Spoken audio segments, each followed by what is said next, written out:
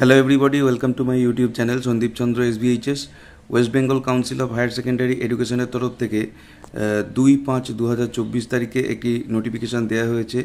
Memo number হচ্ছে LPR 192/24। মূলত যারা এবারে মাধ্যমিক পাস করে উচ্চ মাধ্যমিকে বা ক্লাস 11-এ ভর্তি হতে চলেছে, বিশেষ করে যারা বিজ্ঞান বিভাগে ভর্তি হতে চলেছে তাদের জন্য কাট অফ মার্কস কত, মানে মিনিমাম কত মার্কস থাকলে তারা উচ্চ মাধ্যমিকে বিজ্ঞান বিভাগের জন্য অ্যাপ্লাই করতে পারবে তারই একটা তালিকা দেওয়া হলো। এবং এটা একটা সুখবর বলা যেতে পারে সেই সমস্ত মাধ্যমিক পরীক্ষার্থীদের জন্য যাদের হয়তো কোনোভাবে রেজাল্ট হয়তো কোনো একটা বিষয়ে একটু খারাপ হয়ে গেছে, যার জন্যে হয়তো সায়েন্সটা নিতে যাওয়ার ক্ষেত্রে তার কিছু কমপ্লিকেশান দেখা দিচ্ছে, তাকে সুরাহা দেবে আজকের এই নোটিফিকেশান।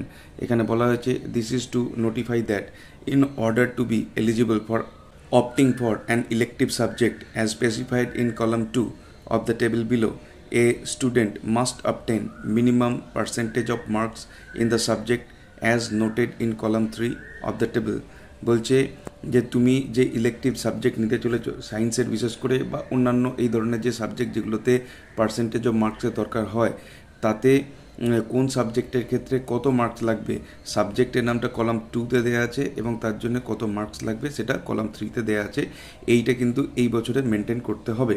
আমরা দেখতে পাচ্ছি 3টে কলাম রয়েছে, সিরিয়াল নাম্বার রয়েছে একটা রয়েছে ইলেকটিভ সাবজেক্ট, এবং 3 নম্বর যে কলামটা সেখানে বলা আছে minimum percentage of marks to be obtained in the Madhyamik পরীক্ষা অর ইকুইভ্যালেন্ট এক্সামিনেশন। আমরা দেখতে পাচ্ছি পরপর কলাম 2-তে যেটা দেওয়া রয়েছে প্রথমে ম্যাথামেটিক্স যদি তুমি সায়েন্সের সাবজেক্ট হিসেবে নাও তার জন্য তোমার মাধ্যমিকে অঙ্কেতে 35% মার্কস থাকতে হবে। পরে 2 নম্বরে বলা আছে স্ট্যাটিস্টিক্স যদি তুমি নিতে চাও তাহলেও কিন্তু তোমাকে মাধ্যমিকে অঙ্কেতে 35% মার্কস থাকতে হবে। বায়োলজিক্যাল সায়েন্স নিতে গেলে তোমাকে মাধ্যমিকে লাইফ সায়েন্স পরীক্ষায় 35% মার্কস পেতে হবে। ফিজিক্স নিতে গেলে ফিজিক্যাল সায়েন্সে মাধ্যমিক পরীক্ষায় 35% মার্কস পেতে হবে। কেমিস্ট্রি নিতে গেলেও কিন্তু ফিজিক্যাল সায়েন্সে 35% মার্কস পেতে হবে। জিওগ্রাফি নিতে গেলে মাধ্যমিকের জিওগ্রাফি পরীক্ষায় 35% মার্কস পেতে হবে। কম্পিউটার সায়েন্স নিতে গেলে মাধ্যমিকের অঙ্ক পরীক্ষায় 35% মার্কস পেতে হবে। আর্টিফিশিয়াল ইন্টেলিজেন্স নিতে গেলে মাধ্যমিকের অঙ্ক পরীক্ষায় 35% মার্কস পেতে হবে। ডেটা সায়েন্স নিতে গেলেও কিন্তু মাধ্যমিকের অঙ্ক পরীক্ষায় 35% মার্কস পেতে হবে। সাইবার সিকিউরিটি নিতে গেলেও সেই একইভাবে মাধ্যমিকের অঙ্ক পরীক্ষায় 35% মার্কস পেতে হবে।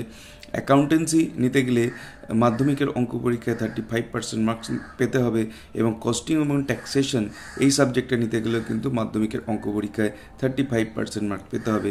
অর্থাৎ আগে যেগুলো 45% মার্কস পেতে হতো সায়েন্সের সাবজেক্টগুলো নেওয়ার ক্ষেত্রে, এবার কিন্তু দেখা যাচ্ছে সেটা 35% মার্কসেই তোমরা সেই সুযোগটা পাচ্ছ। অর্থাৎ যদি কারোর রেজাল্ট একটুখানি খারাপ হয়ে থাকে কোনো কারণে, সে কিন্তু সায়েন্সের পড়ার সুযোগ থেকে একবারে বঞ্চিত হচ্ছে না। 35% মার্কস ওই কনসার্ন সাবজেক্টে থাকলে তুমি কিন্তু সায়েন্স পড়ার জন্য উপযুক্ত হিসাবে বিবেচ্য হবে। এই নোটিফিকেশানটি দিচ্ছেন প্রফেসর ডক্টর চিরঞ্জীব ভট্টাচার্য। 2/5/2024 তারিখের নোটিফিকেশান, প্রেসিডেন্ট অফ WBCHSE।